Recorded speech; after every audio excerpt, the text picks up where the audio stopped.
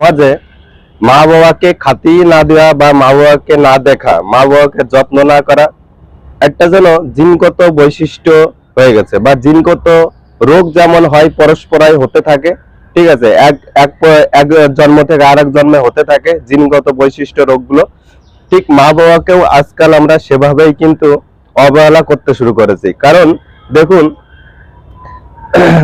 প্রত্যেকটি পরিবারে সবাই ঠিকঠাক থাকে কিন্তু মা বাবা ঠিকঠাক থাকে না। বেশিরভাগ পরিবারে কিন্তু মা বাবা ঠিকঠাক থাকে না। কারণ দেখবেন প্রত্যেকটি পরিবারে ঝামেলা কিনে মা বাবাকে নিয়ে, ঝামেলা কিনে মা বাবাকে নিয়ে। কারণ মা বাবারাই মনে হচ্ছে সবকিছু আপনার খেয়ে নিচ্ছে, সবকিছু শেষ করে যাচ্ছে, এরকম একটা ভাব কিন্তু প্রত্যেকটা পরিবারে থাকে। আর যেসব বউ, যেগুলো বউ যেসব পরিবারে যেসব বউরা আছে তারা তো একবারে মা বাবাকে একদম দেখতেই পারে না। হাজারে মনে হয় একজন দুজন মা বাবাকে একটু সম্মান করে বা দেখতে পারে, কিন্তু বেশিরভাগ পরিবার কিন্তু এখনকার যুগে মা বাবাকে একদমই দেখতে পারে না। মার যদি একটা রোগ হয়, বাবার যদি একটা রোগ হয়, তার পিছনে যদি 2 টাকা খরচ করতে হয়, মনে হয় ছেলের মনে হয় কি সব টাকা শেষ হয়ে গেল। কিন্তু যখন বউয়ের বা নিজের ছেলের বা নিজের মেয়ের যখন রোগ ব্যাধি হয়, হাজার হাজার কোটি কোটি টাকা কিন্তু খরচা হয়ে যাচ্ছে, তখন কিন্তু একটু মনের মধ্যে চিন্তা বা ভাবনা, কোনো সময় দুঃখও প্রকাশ করে না।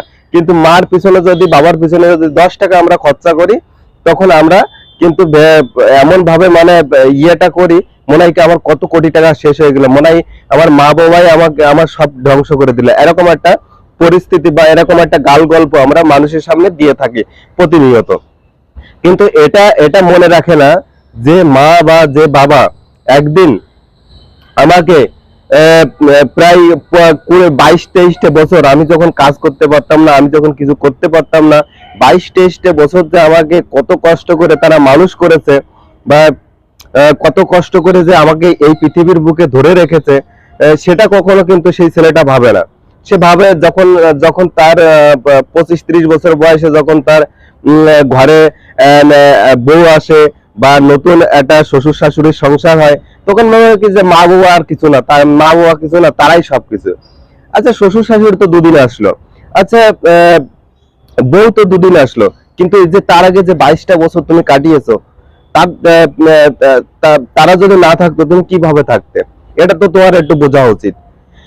তাই এখন দেখি কি যে কোনো পরিবারে একটা মা বাবা কতটা খায়, নাই বুঝলাম সে 3 বেলা 2টো খায়, হয়তো মাঝে সাঝে একটু অসুবিধা হয়, তার জন্য একটু ডাক্তারের কাছে, নাই বুঝলাম তোমার বছরে হয়তো তার পিছনে 10,000 টাকা 20,000 টাকা খরচা হয়। কিন্তু একটা জিনিস মনে রাখো তো, যে তুমি যে 20,000 টাকা বছরে খরচা করতেছ, তোমার মা বাবা তোমার পিছনে একদিনে 20,000 টাকা খরচা করেছে। তো 22টা বছর যদি 20,000 টাকা করে খরচা করে, তুমি ভাবো তো, 22টা বছর যদি প্রত্যেক মাসে 20,000 টাকা করে খরচা করে, হিসাব করে তো কোথায় যায়।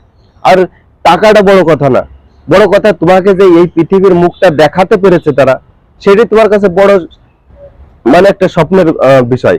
কারণ তারা যদি মনে করতো যে তোমাকে এই পৃথিবীতে নিয়ে আসবে না, বা তারা যদি মনে করতো এই পৃথিবীতে তোমাকে জন্ম দেবে না, তাহলে কিন্তু তুমি এত সুন্দর একটা পৃথিবী বা এত সুন্দর এই যে যে পৃথিবীর যে এত সুন্দর প্রাকৃতিক সৌন্দর্য বা মানুষজন, এটা কিন্তু তুমি দেখতে পাচ্ছ না।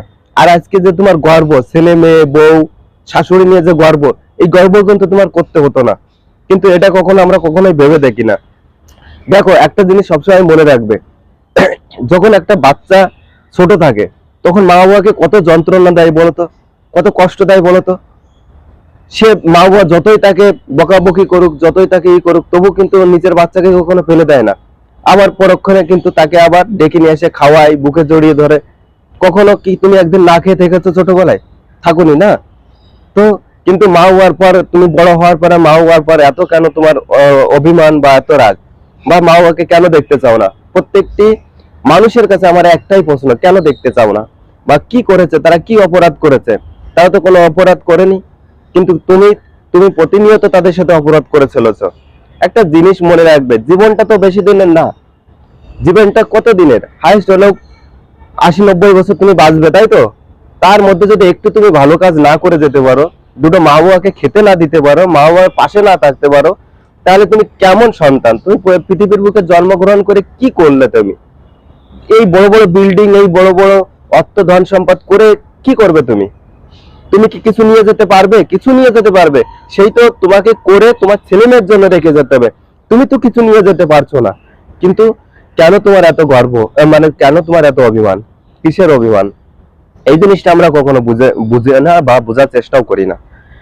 তার জন্য আজকে প্রত্যেকটা ফ্যামিলির বা পরিবারের যেসব মা বাবারা আছে, দেখি তারা সবসময় কান্নাকাটি করে বা অনেক সোশ্যাল মিডিয়ায় নিজের দুঃখ প্রকাশ করে, বা অনেক সামনের পরে অনেক দেখতে পাই যে কত কষ্টের মধ্যে থাকে। কিন্তু আমার কথা হচ্ছে, কেন থাকবে তারা? কেন থাকবে? প্রত্যেকটা ভারতবাসী, প্রত্যেকটা ভারতের সন্তানের কাছে আমার এটাই প্রশ্ন, কেন থাকবে? তুমি 2 টাকা কামাও, আমার কথা হচ্ছে তোমার ইনকাম সোর্স কম আছে, তুমি 2 টাকা কামাও, 2 টাকার থেকে 50 পয়সা তো তাদের পিছনে খরচা করতে পারবে। 1.5 টাকা তো তুমি রাখো, 50 পয়সা তাদের পিছনে খরচা করো। তোমার মা যখন তোমার পিছনে অজালে টাকা খরচ করেছে, তোমাকে ভালো ভালো প্রোডাক্টের জিনিস মাখিয়ে তোমাকে লালন পালন করেছে, তখন কি সে ভেবেছে আমার ব্যাংক খালি হয়ে যাচ্ছে, আমার টাকা খালি হয়ে যাচ্ছে, আমি যা ইনকাম করছি জমাতে পারছি না? এটাকে কখনো ভেবেছে? ভাবেনি। কিন্তু তুমি কেন ভাবো? কিসের জন্য ভাবো? তোমার ছেলে মেয়েকে যেমন যত্ন করো, তেমন তোমার মা বাবাকেও যত্ন করা উচিত। এটা সবসময় মনে রাখবে। কারণ তুমি যদি আজকে তুমি তোমার মা বাবাকে তোমার ছেলে মেয়ের সামনে খারাপ ব্যবহার করো, যত্ন না করো, না খেতে দাও, মনে রাখবে তোমার ছেলে মেয়ে কিন্তু তোমাকে কখনো খেতে দেবে না। তোমার ছেলে মেয়েকে তুমি ডাক্তার বানাও, ইঞ্জিনিয়ার বানাও, গবেষক বানাও, যাই বানাও, সায়েন্টিস্ট বানাও, যাই বানাও, তোমার ছেলে মেয়ে তোমাকে দেখবে না। কেন দেখবে না জানো? কারণ তোমারই তো রক্ত তোমার ছেলের মধ্যে রয়েছে, তোমার রক্ত তোমার ছেলের মধ্যে রয়েছে। তুমি যে ব্যবহার গুলো করছো তার সামনে, সে দেখে দেখে ছোটবেলার থেকে তাই শিখছে, যার জন্য তোমার ছেলে মেয়ে তোমাকে খেতে দেবে না। তুমি হাজার পরিশ্রম করো, হাজার পরিশ্রম করো, তুমি যদি তোমার মা বাবাকে না দেখো, তোমার ছেলে মেয়েও তোমাকে দেখবে না। এটা আমি আমি গ্যারান্টি দিয়ে বললাম, কারণ এরকম আমি দেখেছি। এরকম দেখেই আমি আজকে আমার এই 30-32 বছর বয়স, আমি দেখেই এত বড় হয়েছি। ঠিক আছে, আমি প্রত্যেকটা পরিবারে দেখে এসেছি। আমারই ফ্যামিলির মধ্যে অনেকেই আছে যারা, ঠিক আছে, বউর পিছনে মেয়ের অপারেশন করতে হবে, 50,000 40,000 চলে যাচ্ছে। মা, বউয়ের শরীর খারাপ হচ্ছে, বউকে অপারেশন করতে হবে, 1 লাখ 1.5 লাখ চলে যাচ্ছে। কিন্তু মা যখন বিছনায় পড়েছিল, তখন 500 টাকা দেওয়ার ক্ষমতা ছিল না। বিশ্বাস করো, রিয়েল ঘটনা, রিয়েল ঘটনা। 500 টাকা পকেট থেকে কেউ বের করতে পারছিল না, বলে আমার কাজ চলছে না, বলে আমার কাছে 1 টাকাও নেই, আমি খেতে পাচ্ছি না। এরকম ডায়লগ মা যখন বিছনায় পড়েছিল। মা চলে গেল, কিছুদিন পরে বউয়ের অপারেশন হলো, কিছুদিন পরে মেয়ের শরীর খারাপ হলো, হাজার হাজার টাকা বের করে দিল, 50,000 60,000 1 লাখ টাকা চলে গেল। কোথা থেকে আসলো টাকাটা? কোথা থেকে আসলো টাকাটা? টাকাটা কোথা থেকে আসলো? তোমরা কি মানুষ? মানুষ তো না, মানুষ হতেও পারবে না। শোনো, মনে রাখো, বিল্ডিং তুললেই বড় লোক হওয়া যায় না, ঠিক আছে? আর অনেক ধন সম্পদ করলেও বড় লোক হওয়া যায় না। বড় লোক হতে মন থেকে, মন থেকে তোমার মনটা বড় করো, তবে তুমি বড় লোক হবে। ঠিক আছে?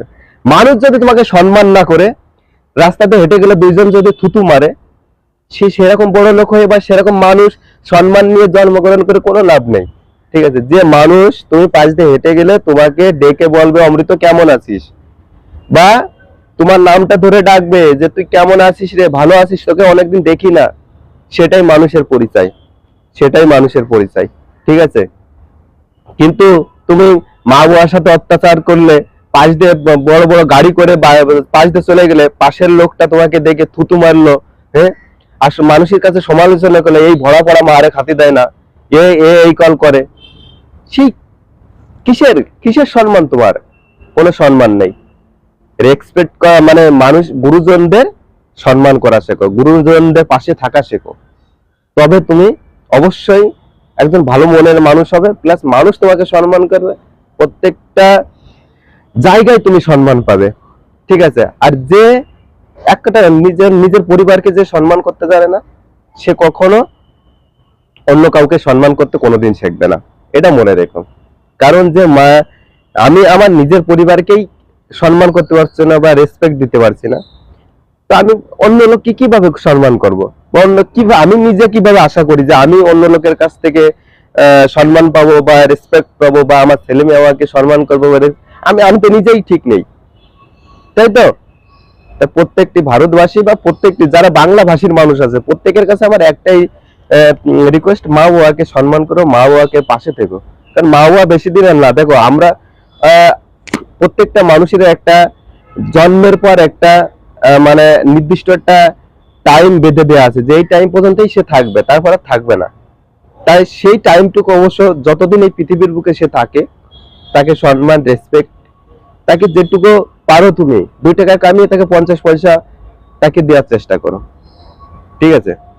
আমি কিন্তু দেখো একটা জিনিস মনে রাখো, আমি কিন্তু সে যেমনই মানুষ হোক, হয়তো আমাকে অনেকে খারাপ বলতে পারে, কিন্তু আমি আমি এটা বিশ্বাস করি আমাকে 100 জনের মধ্যে 85 জন আমাকে ভালো বলে, এটুকু আমি বিশ্বাস করি।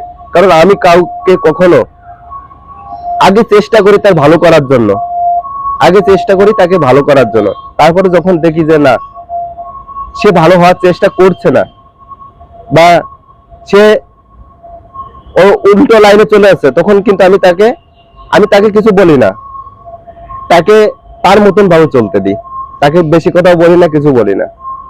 আর সবসময় আমি মানুষের সাথে চলতে চাই, সে যেটা চায় আমি তাকে সেটা দিতে রাজি, ঠিক আছে? আর আমি আমি এমন একটা মানুষ, আমি কখনো যে মানুষকে বেশি কথা বলবো, গালিগালাজ করব, মানুষের সাথে খারাপ ব্যবহার করবো, কখনো করি না। কেন করি না? আমার আমার মাথায় সবসময় একটাই চিন্তা থাকে যে না আমি যদি আজকে খারাপ ব্যবহার করি, আমি একদিন আমারও একদিন বয়স হবে, আমিও একদিন বুড়ো হয়ে যাব, সেদিন আমাকে আর কেউ সম্মান করবে না, আমাকে ভালোবেসে কেউ কাছে ডাকবে না। কারণ আমার তো চরিত্রটা জেনে রাখছে তারা, আমার তো ব্যবহারটা তারা জেনে রাখছে, ওই জন্য আমাকে কেউ ডাকবে না।